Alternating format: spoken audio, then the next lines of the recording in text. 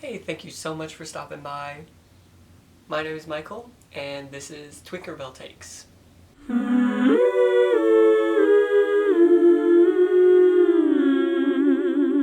This is my first video, so I'll just give you a little bit about myself.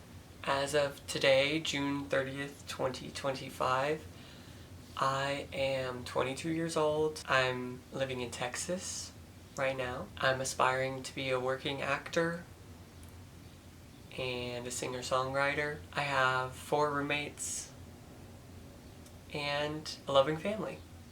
Today I'm going to share some media that has made me who I am, because this is my first video. I feel like it's kind of like a getting to know me.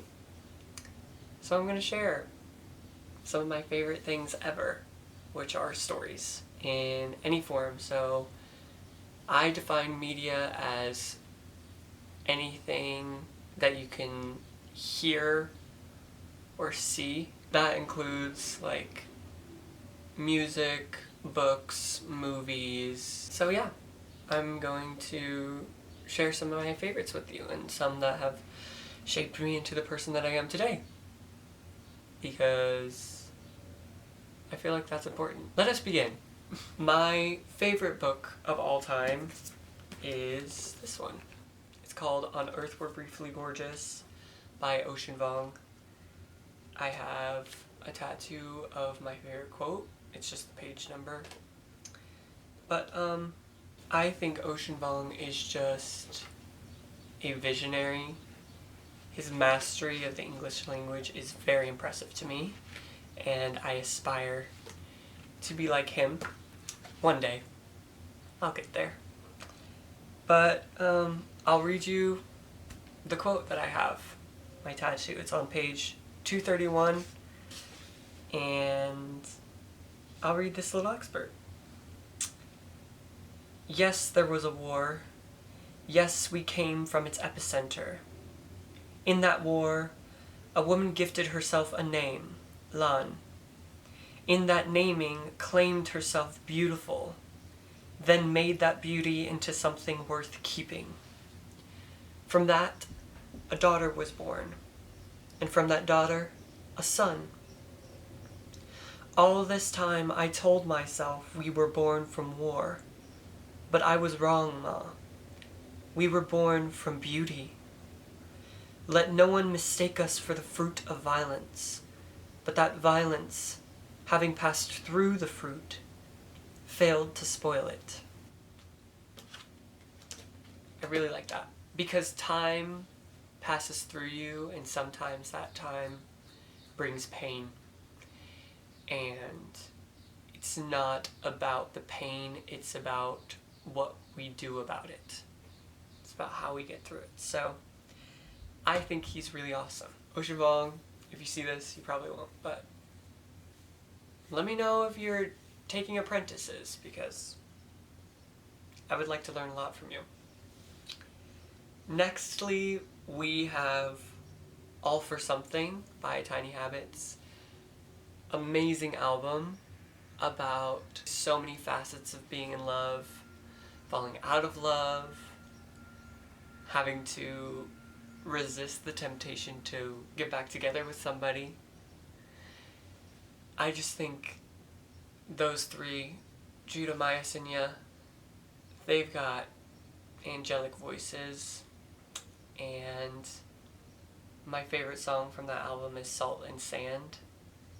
Just beautiful writing, the bridge. I lose myself in time, I lose myself in time. It's just so good. They've got big brains up in there. Another Ocean Vuong. This time poetry though, which I love poetry. I know a lot of people hate it because it can be pretentious, but I think Ocean Vuong in this Time as a Mother, he understands how complex simple language can be, and it's just astounding. I have 2 favorites in here. Beautiful Short Loser is a very, very, very good one. But another one that I have come to love lately because of how my life is moving is Not Even. Not Even. And I'll read my favorite part. Stillness. That's what it was. The man in the field in the red sweater. He was so still he became somehow more true, like a knife wound in a landscape painting. Like him, I caved. I caved and decided it will be joy from now on. Then everything opened. The lights blazed around me into a white weather, and I was lifted, wet and bloody, out of my mother, into the world, screaming, and enough. Yeah, I've read that a couple times just to make myself cry. Because it will be joy from now on, you know. It will be joy. I think that's very powerful. To choose happiness rather than let it wash over you. It's effort, but it's beautiful effort. And I think Ocean Vuong understands that very well. And I'm going to read his newest book as well. The Emperor of Gladness. I'm really excited, and I hope it makes it onto this list. Things have changed. The battery ran out. I primed more of my wall. I'm moving. There's a lot of changing things in my life. I'm gonna keep going. Next, I have an album for you. Bright Future by Adrian Lenker.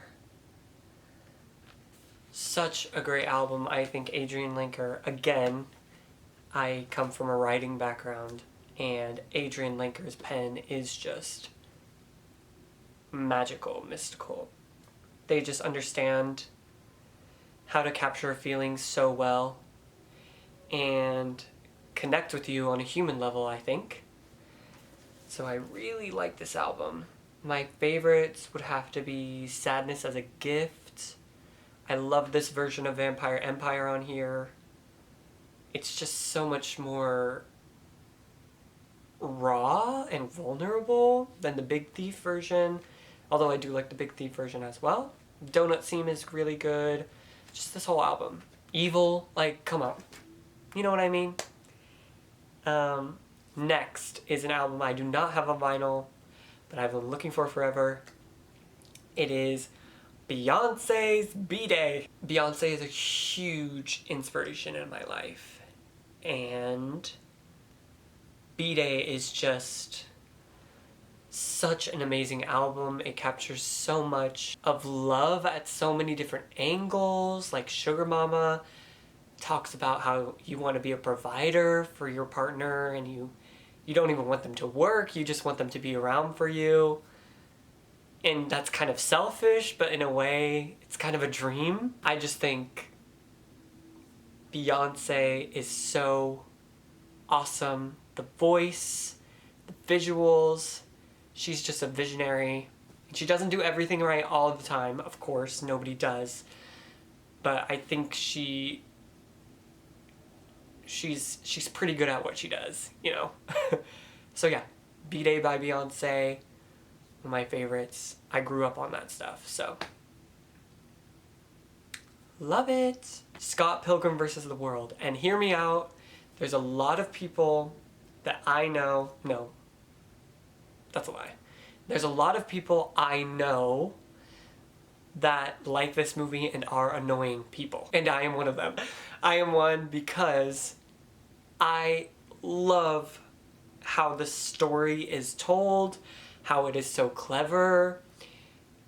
Again, the screenplay is just so witty, and it holds a rapport with the audience, like it expects them to have a certain intelligence, which I really like, because most of the movies, at least these days, aim to slap you over the head with meaning or context in some way, but Scott Pilgrim just gives you just the right amount of space to connect the dots yourself.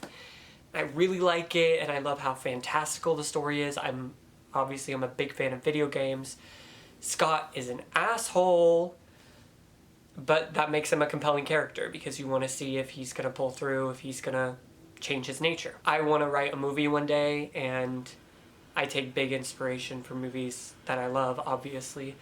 And I love stories on that grand scale, and I think Scott Pilgrim does it so well.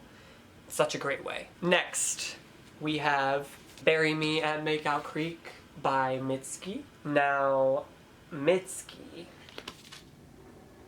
this lady, she knows how to write a song. She knows how to tear your chest open. She knows how to tear your chest open, rip your heart out, chew on it, spit on it, stitch it back together, and then put it back in place. She knows how to do that.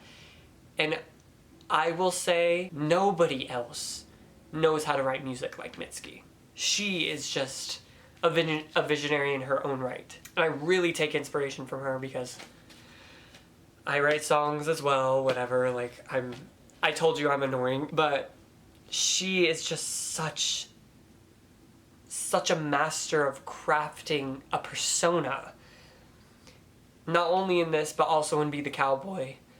And I'm obsessed with her. I love her music, and she's a wonderful lady. She's very sweet, at least from what I've seen. Highlights from this, First Love, Late Spring. These first 3 tracks, basically. Texas Reznikoff, Townie, First Love, Late Spring. Jobless Monday is a good one. I Will. Literally every single song on this album is a hit in my mind. So, like Last Words of a Shooting Star. What? What are you talking about? That's what I like to say when I can't comprehend how writers write like that. This is a big one.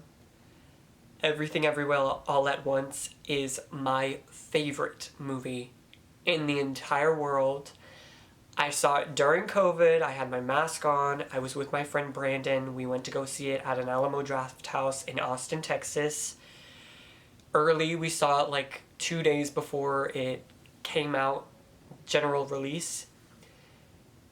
It was just everything I needed at the time. I think what this movie did for me was show me at the core of every story ever is a relationship.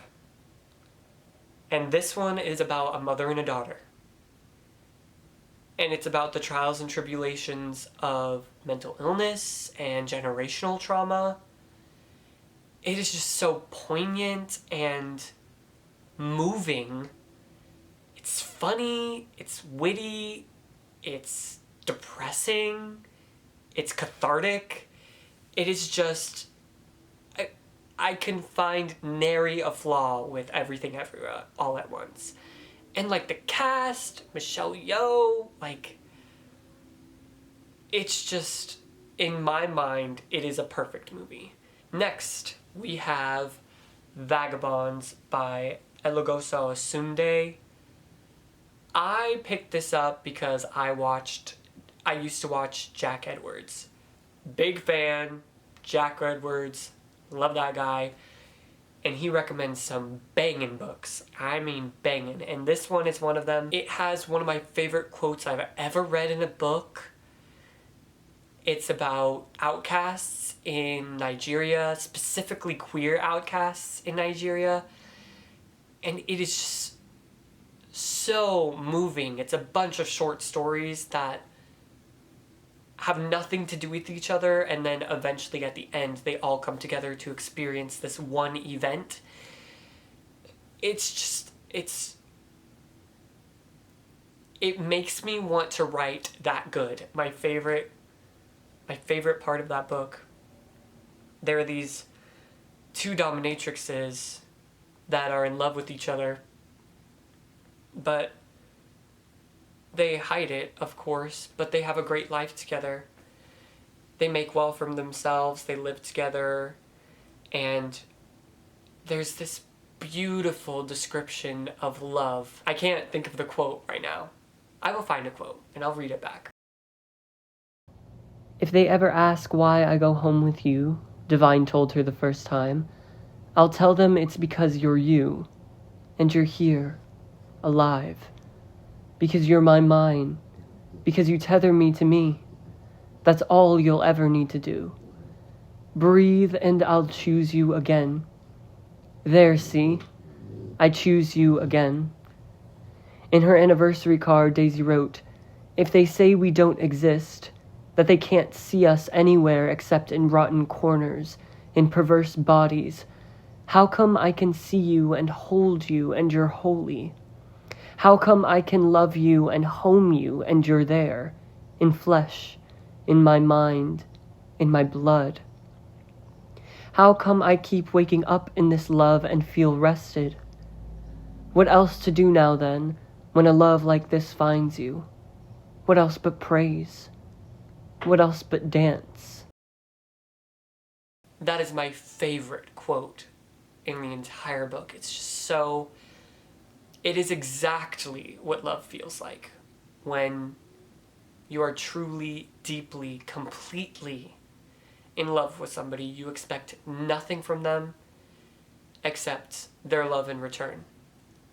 I just think that is so beautiful. Next, we have Bottoms. It is a lesbian love story mixed with coming of age. It is so ridiculous and stupid and funny and heartwarming. I think what I take away from this movie is that queer stories do not have to be tragic. And that is so important because queer people deserve joy. They deserve to feel like they can be safe around one another and laugh with one another. And I hope to bring that into my storytelling one day. I just love that movie. It's so fucking funny. Let me read my Letterboxd review. I rated it 4.5 stars and I said, let lesbianism lead the way. Let it heal the world. I'm mad I didn't get to see this in the theater, but the others in the theater probably would have found me to be insufferable. This movie is so important. Queer stuff doesn't have to be tragic. Even after my first watch, this is probably one of my favorite movies ever. Laughed so hard, got butterflies. I love this movie. Last one, Scooby-Doo live action movie is one of my favorite movies. Okay? The costumes, the storyline, everything about the characters. Velma was supposed to be bisexual. I am going, whoever made the decision to take that stuff out, I'm going to find you and have a very, very stern talk with you. We missed out on one of the best representations of bisexual people ever. I guarantee you, if they had let Velma be bisexual in the Scooby-Doo live-action movie, the queer community would not have the stereotype that bisexual people are evil. I love Scooby-Doo. The older I get, the more I realize that I am Shaggy Rogers in a way. And it's so funny, that fucking scene of Scooby-Doo on the plane with Freg. They're trying to stop Scooby-Doo from barking. And Fred's like, you give him a simple flick on the nose. And he flicks Scooby-Doo on the nose. And Scooby-Doo decks the shit out of him. I just love that movie. All in all, I would say the more meaning a story has, the more fulfilling it is for me, the more I can chew on it and dissect it. And I like doing that to a story because humans are stories. That's what we've done for our entire time on this planet. We've told each other stories. And I really hope to tell stories like this that are impactful, that will reach kids like me. I hope you've enjoyed my first video. My name is Michael. This is Twinkerbell Takes, and I look forward to seeing you again.